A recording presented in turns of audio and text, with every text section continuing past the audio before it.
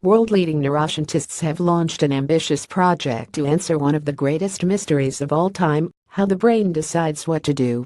The international effort will draw on expertise from 21 labs in the US and Europe to uncover for the first time where, when, and how neurons in the brain take information from the outside world, make sense of it, and work out how to respond. If the researchers can unravel what happens in detail, it would mark a dramatic leap forward in scientists' understanding of a process that lies at the heart of life, and which ultimately has implications for intelligence and free will. Life is about making decisions, said Alexander Paget, a neuroscientist involved in the project at the University of Geneva. It's one decision after another, on every time scale, from the most mundane thing to the most fundamental in your life. It is the essence of what the brain is about. Backed with an initial £10 million $14 million from the Usbist Simons Foundation and the Wellcome Trust, the endeavor will bring neuroscientists together into a virtual research group called the International Brain Laboratory (IBL). Half of the IBL researchers will perform experiments, and the other half will focus on theoretical models of how the brain makes up its mind. The IBL was born largely out of the realization that many problems in modern neuroscience are too hard for a single lab to crack. But the founding scientists are also frustrated at how research is done today.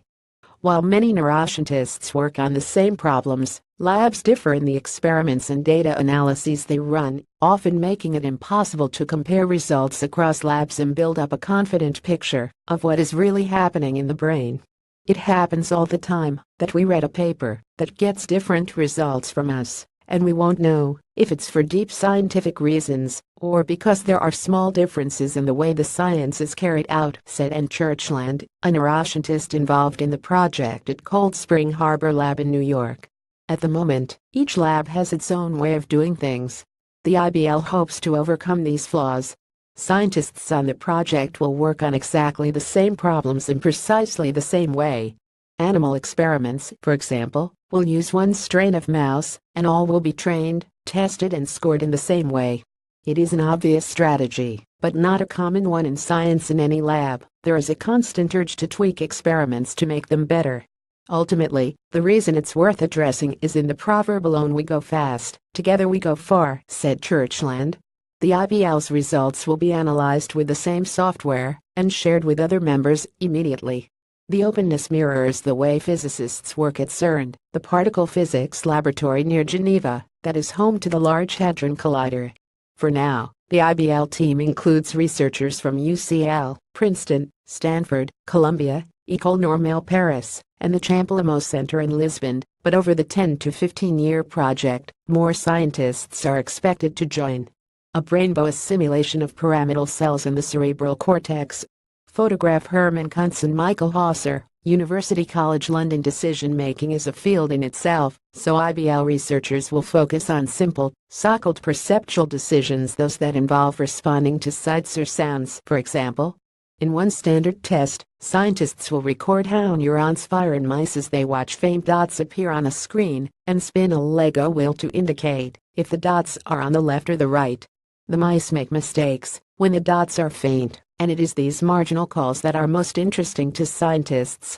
Matteo Carandini, a neuroscientist involved in the IBL at University College London, compares the task to a cyclist approaching traffic lights in the rain.